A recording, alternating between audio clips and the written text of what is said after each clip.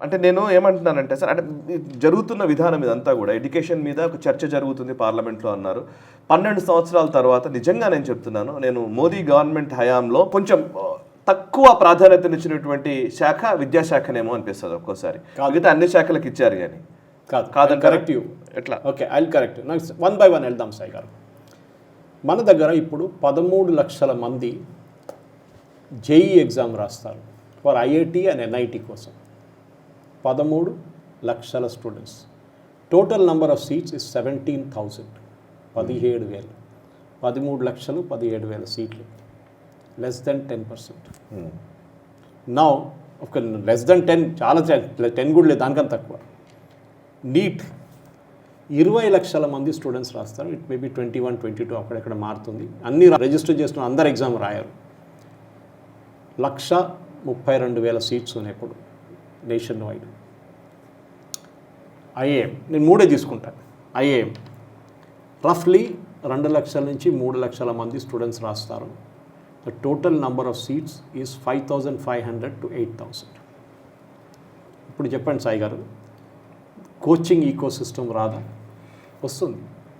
Because మీకు ఉన్న నేను అదే అడుగుతున్నాను. నేను నా పాయింట్ కూడా అదే యాక్చువల్లీ. ఎస్, ఇప్పుడు నేనేమంటున్నా అంటే మోదీ ప్రభుత్వము ఎక్స్టర్నల్ అఫైర్స్ మీదనో లేకపోతే డిఫెన్స్ మీదనో లేకపోతే ఎకానమీ మీదనో మనం ఎక్కువ దృష్టి పెట్టాం. కానీ ఎడ్యుకేషన్ సిస్టంలో ఇప్పుడు నేను ఇందాక చదువుతున్నది, ప్రతి 3లో ఒకరు కనీసం ప్రైవేట్ కోచింగ్ సెంటర్లో చదువుతున్నారంట ఉన్న స్టూడెంట్స్. సాయి గారు, అది ఈ ఎకో సిస్టమ్ ఇంతగా బిల్డ్ అయిపోయింది. ఎట్లా బిల్డ్ అయిపోయింది అంటే 1,00,000 కోట్లు, 1,30,000 కోట్ల రూపాయల ఇండస్ట్రీ అంట ఇంకో 2 సంవత్సరాల్లో. అయితే మోదీ గారు వచ్చిన తర్వాతనే జరిగింది. నో, మోదీ గారు వచ్చిన తర్వాత జరిగిందని నేను అనట్లేదు. బట్ దీని మీద చర్చ జరగడానికి ఒక అవకాశం అయితే ఇప్పుడు వచ్చింది 12 సంవత్సరాల తర్వాత. వాట్ ఎవర్ ఇట్ అంటే మీకు 100 సీట్లు ఉంటే 10,000 మంది ఎగ్జామ్ రాస్తున్నారు. I'm just giving comparison. ఈ 10,000 మందికి 10,000 సీట్లు ఉండవు కదా. 10,000 మందికి 100 సీట్లే ఉన్నాయి. So who has failed the system? First, colleges have failed the system. కాలేజెస్లో కోచింగ్ ఇవ్వలేకపోతే అక్కడ I don't want to take but I will take Narayana చైతన్యాలు తయారవుతారు. అండ్ నారాయణ చైతన్యాలు కూడా టాప్ లెవెల్ స్టూడెంట్స్ని సపరేట్గా పెడతారు వాళ్ళు. దీనికన్నా ముందు ఒక 6 సంవత్సరాల ముందు మా ఇంటి దగ్గర అల్వాల్ నుంచి ఒక ఫ్యామిలీ మా ఇంటికి వచ్చి వాళ్ళ అమ్మ నాన్న ఏడుస్తున్నారు. ఏంటంటే వాళ్ళ అమ్మాయిని పంపించిన తర్వాత ఇట్లాంటి ఒక సపరేట్ కాలేజ్కి పంపిస్తే వాళ్ళకి ఎగ్జామ్ కండక్ట్ చేసి ఓన్లీ టాప్ 10% స్టూడెంట్స్ని ఎలీట్ కోచింగ్కి పంపించారు. మిగతా అందరినీ జనతా కోటాలో పెట్టేశారు. ఈ అమ్మాయి షీ బ్రోక్ డౌన్. ఆమె కొంచెం సైకలాజికల్గా ఇంపాక్ట్ అయింది. దీని తర్వాత కొంచెం మోటివేట్ చేసి పంపించాను. అమ్మ, this is not the end of the world, చాలా ఉన్నాయి, ఇంకా యూ స్టిల్ ట్రై అని చెప్పాను. సాయి గారు, ఒక ఎగ్జాంపుల్, మనం సీట్లు పెంచితే ప్రాబ్లం అయిపోతుందా? ఎంత పెంచుతారు? 132,000 మెడికల్ కాలేజ్ సీట్స్ ఉన్నాయి Sai garu. You know how much it was before Modi government వచ్చే ముందు? నేను స్టెప్ బై స్టెప్ వెళ్తాను. I will start with IIT first. ఐఐటీలో ఫస్ట్ వేవ్లో మనకు తెలిసింది సర్కార్ కమిటీ రికమెండేషన్ ప్రకారం IIT Kharagpur, IIT Bombay, IIT Madras, IIT Kanpur, IIT Delhi. IIT Delhi was the last. IIT Kharagpur was the first actually 1951లో. ఓకే, ఇది ఎవరు సెటప్ చేశారు? USA, USSR, Germany and UK. Nehru కాదు. నెహ్రూ సెటప్ చేశారు ఐఐటి అని చెప్తారు చాలామంది. ల్యాండ్ ఇచ్చారు నెహ్రూ అంతే. The setting up was done by these countries. వాళ్ళ దగ్గర ఎక్స్పర్టీస్ ఉండే, ఎడ్యుకేషన్ ఎక్స్పర్టీస్. దాని తర్వాత ఐఐటి గౌహాటీ వచ్చింది. యూనివర్సిటీ ఆఫ్ రూర్కీని అప్గ్రేడ్ చేశారు ఐఐటిగా. మీరు బిలీవ్ చేయరు, ఐఐటి ముందు ఎంత ఉండే ఇప్పుడు ఎంత ఉంది? ఇప్పుడు ఐఐటిలో 23 ఐఐటీలు ఉన్నాయి సాయి గారు. ఓకే, ముందు ఎంత ఉండే? వీ సీయింగ్ దట్ ముందున్న సీట్ కన్నా మోర్ దెన్ డబుల్, ట్రిపుల్ అయిపోయింది ఐఐటి. ముందు ఐఐటీలో ఎన్ని సీట్లు ఉండే సాయి గారు? 65,000 సీట్లు ఉండే 2014లో. 67 సంవత్సరాల్లో 60,000 సీట్లు తయారు చేశారు కాంగ్రెస్ హయాం. ఒకసారి మన వాజ్పేయి గారి గవర్నమెంట్ కూడా ఉండే, కానీ మెజారిటీ వాజ్ కాంగ్రెస్. అంటే 60లో 67లో 60 పెట్టుకోండి. మోదీ గవర్నమెంట్ లాస్ట్ 12 ఇయర్స్లో ఈ 65,000 సీట్లని 1,35,000 చేశారు.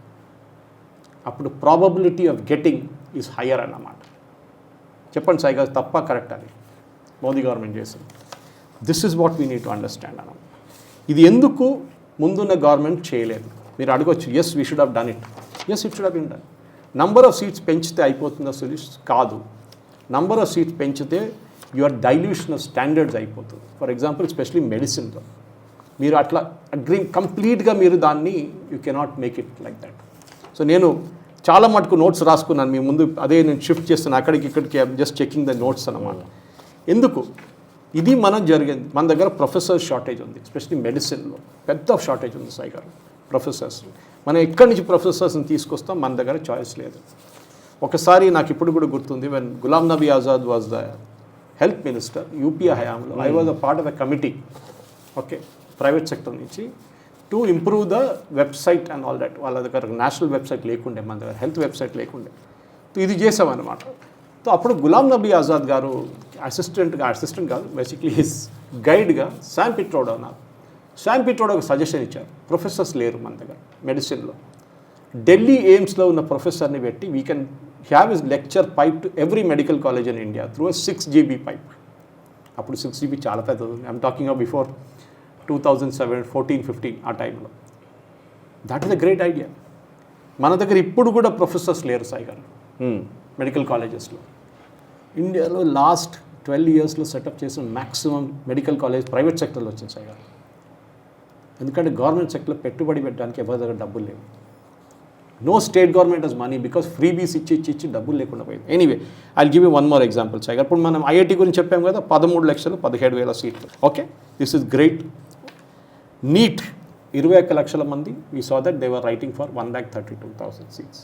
ఐఐఎం చూసాం, జస్ట్ అండర్ 1% ఛాన్స్ అంతే. ఇది వీళ్ళది పెద్ద ప్రాబ్లమ్ సాయి గారు. డ్రాప్ ఇయర్ అని ఒక మాట మీరు విన్నారా సాయి గారు ఎప్పుడైనా? డ్రాప్ ఇయర్ ఈజ్ వెన్ మీరు ఎంబీబీఎస్ చేసిన తర్వాత ఇట్స్ ష్యూర్ వేస్ట్. ఎవ్వరు ఎంబీబీఎస్ స్టూడెంట్స్ని తీసుకోరు, ఇంటర్న్స్గా తీసుకుంటారు. మీకు ముందుకు వెళ్ళాలంటే you have to do PG. దాని తర్వాత మళ్ళీ ఇంకో 3 year కోర్స్ ఉంది, అది కూడా చేయాలి. మీరు బయటకు వచ్చేదాకా you will be 32, 33 and salary is 30,000. ఇవాళ ఒక డాక్టర్ యూఎస్ నుంచి ఒక డాక్టర్ ఒక వీడియో చేశాడు, మీకు పంపిస్తాను. This is a true situation. ఇండియాలో ఇప్పుడు for every 1,000 patients there is 1 doctor, which is the world health organization standard. Tamil Nadu, కేరళలో there is 1 doctor for every 562 patients. డాక్టర్లు ఎక్కువైపోయారు, పేషెంట్స్ తక్కువ అవుతున్నారు. నాట్ పేషెంట్ తక్కువ కాదు, ఈ 1 lakhకి వచ్చే డాక్టర్ 1000 డాక్టర్లు వచ్చిన దానికి ద ప్రాబ్లమ్ ఈజ్ ఆయుష్ వస్తున్నారు దాంట్లో, హోమియోపతి, సిద్ధ, యునాని, ఆయుర్వేద అండ్ అలోపతి. మనకి స్టాండర్డ్ కాదు ప్రాబ్లం. ద ప్రాబ్లమ్ ఇస్ మనం టూ మనీ ప్రొడ్యూస్ చేస్తే కూడా మనకి ప్రాబ్లమ్ ఇస్ డాక్టర్స్ శాలరీ పెంచట్లేదు అది ఎంట్రీ లెవెల్. అదొక ప్రాబ్లమ్ ఉంది సాయి గారు. ఇప్పుడు నీట్కి వద్దాం Sai garu. Will come to NEET now. NEET 387 colleges ఉండే సాయి గారు 2014. అంటే 47 to 2014 67 సంవత్సరాల్లో కాంగ్రెస్ గవర్నమెంట్స్ మోస్ట్లీ ఉన్నప్పుడు వాళ్ళు సెటప్ చేసింది 387 మెడికల్ కాలేజెస్.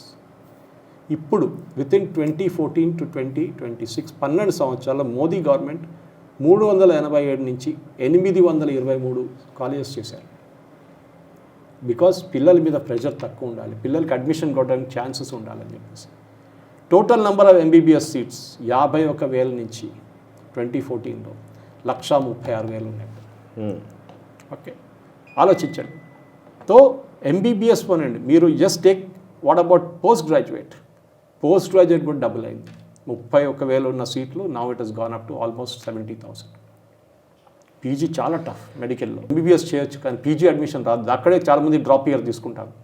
ఒక సంవత్సరం పక్కన కూర్చొని ఏదో క్యాంపస్ ఒక ఇట్లాంటి ట్రైనింగ్ ఇన్స్టిట్యూట్కి వెళ్ళి అక్కడ వెళ్ళి నేర్చుకొని లేకుంటే ఇంట్లో కూర్చొని ఫైనలీ కమ్ టు దాట్ అన్నమాట. So this is where we need to come out Sai గారు. ఇది మనం చేస్తే చాలా మట్టుకు పిల్లల మీద ఉన్న ఇప్పుడున్నది ప్రెషర్ తగ్గుతుంది. So MBBS seats 1,36,000, post graduate seats 78,000 ఉంది ఇప్పుడు.